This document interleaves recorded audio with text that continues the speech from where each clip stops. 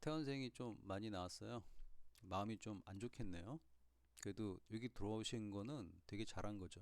뭔가 방법을 찾고 있다는 거니까 그 점 하나만으로도 그대는 대단한 존재입니다. 일단 뭐 태원생 볼까요? 태원생이 한 명 나올 때는 좀 그러려니 하죠. 근데 두 명이 나오면 어때요? 찝찝해집니다. 세 명부터는 어때요? 야, 이거 좀 심각하지 않아? 생각이 들다가 다음 달 갑자기 대빵 많이 나옵니다. 이럴 때는 이제 불안과 공포가 엄습을 합니다. 왜 불안하냐? 당연하죠. 매출이 감소될 거 생각하니까 온갖 부정적인 생각이 드는 거 아니에요. 응? 왜냐면 1인 영어학원 같은 경우에는 한두 명 나가는 게 크잖아. 치명타가 생기잖아요. 뭐 다들 1,000만 원씩 벌고 있는 건 아니잖아. 조금 안정적이다 싶으신 분들이 400에서 600 구간, 조금 잘 보시는 분이 600에서 한 800 구간, 그 진짜 좀 나름대로 열심히 하시는 분이 1000에서 한 1300 구간 이 정도 벌잖아요.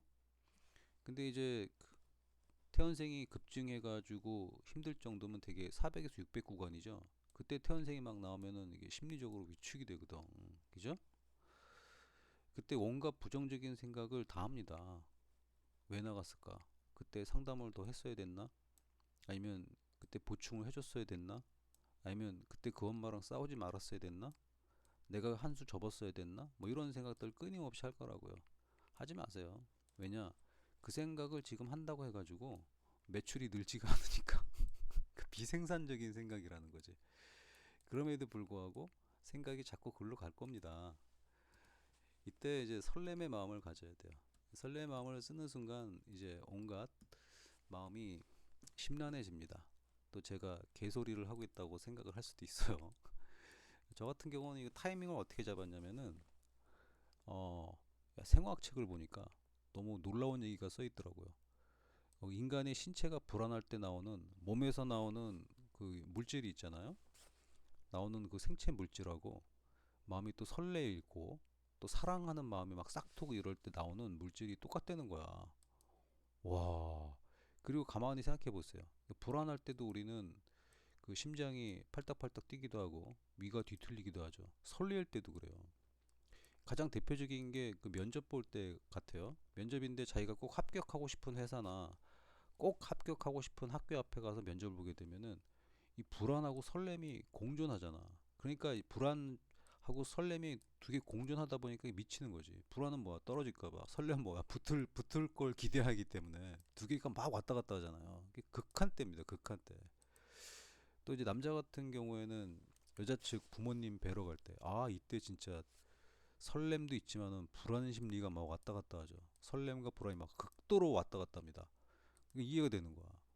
그때 저는 그 생화학책의 그 내용을 보면서 어떤 판단을 내렸냐면은 내가 선택하면 되는 거였구나. 내가 설렌다고 생각을 하면은 되는 거였구나. 그래서 그때부터 연습을 많이 했던 게 제가 제일 마음에 들었던 여자애를 만났던 순간 그 여자가 저를 남자친구로 인정해가지고 예스하는 그 타이밍이 있거든요.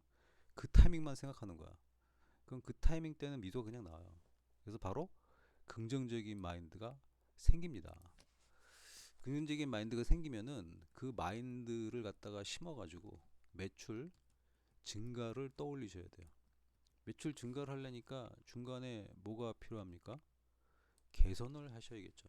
그러니까 이제 포커스를 맞춰야 될 거는 개선에 포커스를 맞춰야 된다는 거죠. 이렇게 해도 그 마음이 잘 안 된다. 그러면은 제가 비법을 진짜 가르쳐 드릴게요. 일단은 집에 들어갈 때 밤에 들어가면 제일 먼저 뭐랍니까? 우리가 불을 켭니다. 어두운 걸 뭐라 그래요? 어두운 게 바로 부정적인 마음이에요. 그럼 부정적인 마음에는 뭘 해야 되냐면은 환한 불을 켜줘야 돼. 불을 켜랬더니 술 먹지 말고, 응?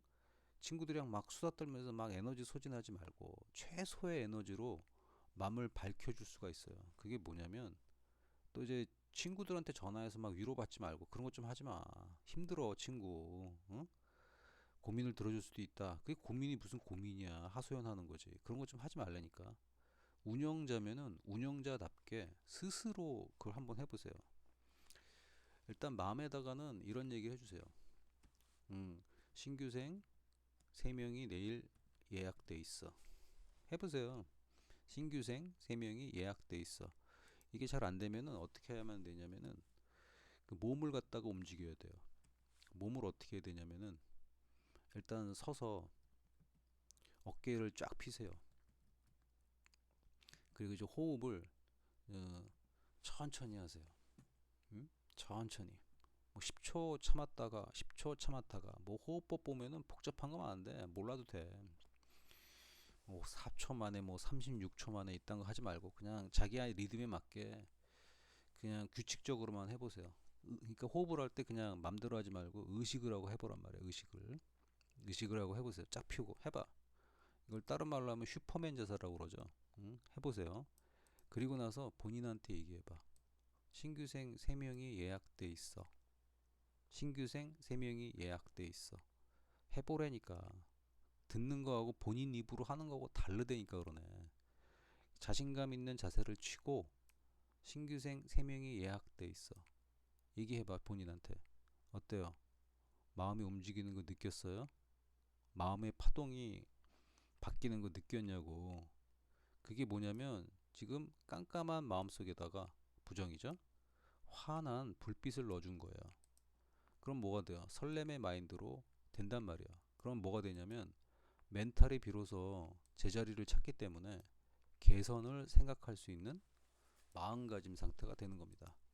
그래서 마음을 갖다가 먼저 이렇게 스스로 멘탈 관리를 해야지 이걸 맨날 기분 나쁠 때마다 뭐 친구들한테 하소연, 남자친구 있으면 남자친구한테 하소연, 여자친구 있으면 여자친구한테 하소연, 그런 거 하지 말라고. 응? 30대 40대 특히 30대 중후반 정도 됐으면은 본인의 운영에 본인 스스로 책임을 져야 돼요. 그럼 본인의 몸이나 정신 상태도 본인이 관리를 해야지. 어? 제일 먼저 해야 될 게 설렘의 주파수, 그 다음에 개선, 매출 증가로 생각한다. 여기까지만 하더라도 지금 마음이 충분히 가라앉았습니다. 이제 실전적인 걸 좀 해줘야겠죠. 실전적인 게 제일 중요한 거니까. 그리고 나서 이제 정체성을 좀 살펴봐야 됩니다.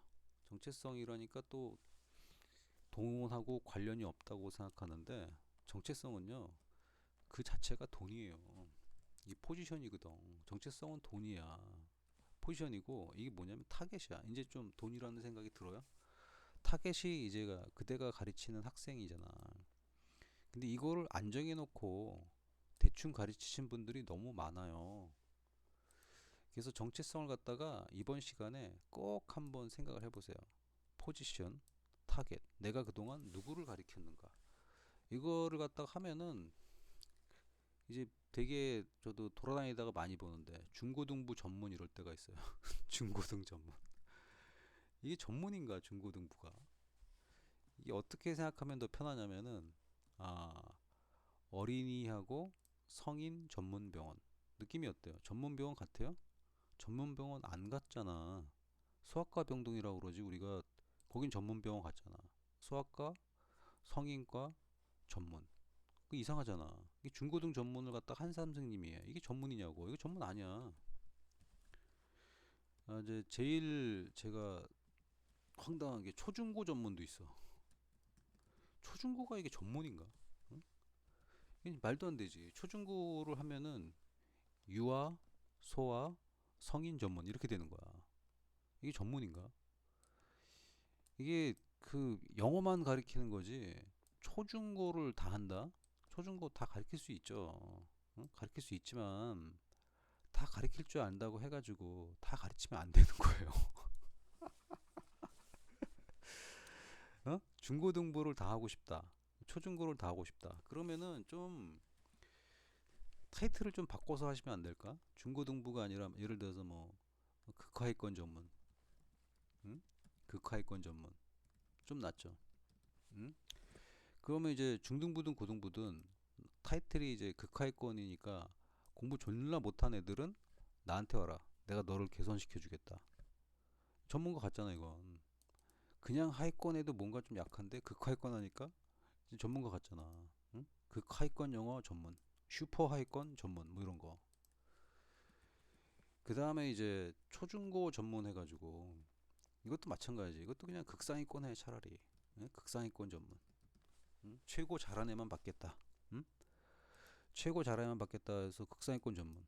그 전문 최고 상위권만 받는 학원으로 만들면 될 거 아니야. 응?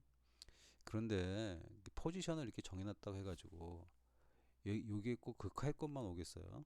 중위권도 오고 그 중위권하고 친한 상위권도 옵니다.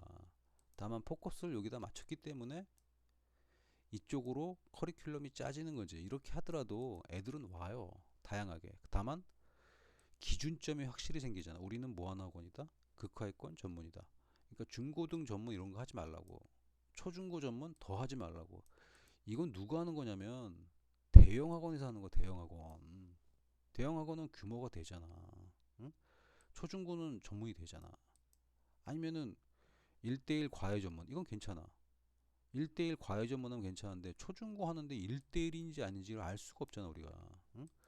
초중고 전문이라는 말은 아무나 다 가르치 뭐냐면 나 김밥 천국 분식집 합니다. 이 김밥 천국 무시하는 게 아니라 김밥 천국은 나름대로의 장점이 많죠. 분식이라는 전문 카테고리잖아. 음식은 다양하게 냉면도 있고 뭐 다양하잖아. 그렇지만 냉면 먹으려고 우리가 김밥 분식 김밥 천국 가진 않잖아. 응?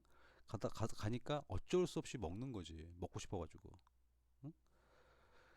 마찬가지로 본인의 카테고리를 정확하게 한번 검토해 보세요. 이게 없기 때문에 학원의 스케줄이나 시스템이나 또는 퇴원생 기준이나 그런 것들의 기준이 안 생긴 경우가 학원이 99.99%입니다. 이거를 갖다가 굉장히 정교하게 뽑아낼 줄 알아야 돼요. 그래서 정체성을 뽑아내려면은 본인 탐구를 연락해 해야 됩니다. 어? 본인이 과거부터 지금까지 누구를 좋아했나. 이것도 제가 하나의 팁을 좀 알려드릴게요. 되게 쉬워요. 처음에는 뭘 생각하냐면은 이거 한번 해보세요. 자기가 생각할 때 졸라 싫어하는 애 있죠. 나 싫어하는 야 싫어하는 애를 갖다가 한 9명 적어보세요. 이름을 적어보세요. 그 다음에 이제 싫어하는 엄마도 한번 적어보세요. 싫어하는 엄마. 아, 이 엄마 좀 안 왔으면 좋겠어. 싫어하는 엄마. 적었어요? 그 다음에 세 번째는 싫어하는 분야가 있어. 싫어하는 분야, 영어 내신이 싫다든가, 아니면 특정 학교 중에서 어떤 학교가 싫다든가, 응? 그걸 한번 그것도 한 9개를 적어보세요. 9개. 왜 9개냐? 9개도 많어. 적다 보면 잘 안 나오거든. 그래서 이것도 어떻게 하는지 가르쳐 줄게요. 싫어하는 애를 적을 때 타이머를 누르세요. 타이머를 누르고 딱 1분. 1분 동안 적어보세요. 할 수 있어요. 1분 동안 못 적으면 생각하지 마. 1분 동안 그냥 생각나는 대로 적어 그냥. 싫어하는 엄마도 1분 동안 생각나는 대로 9명을 적어. 타이핑 쳐도 괜찮아. 9명. 그리고 1분 동안 싫어하는 분야를 한번 쳐보세요. 그러면 1, 2, 3을 제거하고 본인이 뭘 할 수 있는가를 한번 생각해야 돼요. 이게 끝나면은 그 다음에 네 번째가 1부터 3이죠. 응? 1부터 3의 내용을 제거해야 돼요. 그 다음에 뭐 한다? 제거한 다음에 이제 비로소 찾기 하는 거야. 본인한테 맞는 분야를. 이 찾기가 끝난 다음에 그 찾기를 기준으로 해가지고 정체성을 만들어 보세요. 그러면 아주 그럴듯하고 정교한 게 나와요. 그래서 이 정체성을 갖다가 정하지 않은 상태에서 지금까지 학원을 운영했다면 이 태원생이 나온 걸 계기로 해가지고 그 정체성을 다시 한번 쌓고 본인이 개선할 수 있는 토대를 마련하세요. 이것만 생각하면서 잠을 자더라도 그대는 다음 달에 신규생 3명이 아니라 30명도 올 수 있는 학원이 될 겁니다. 오케이. 다음 시간에 좀 길면 또 이어서 한번 해볼게요.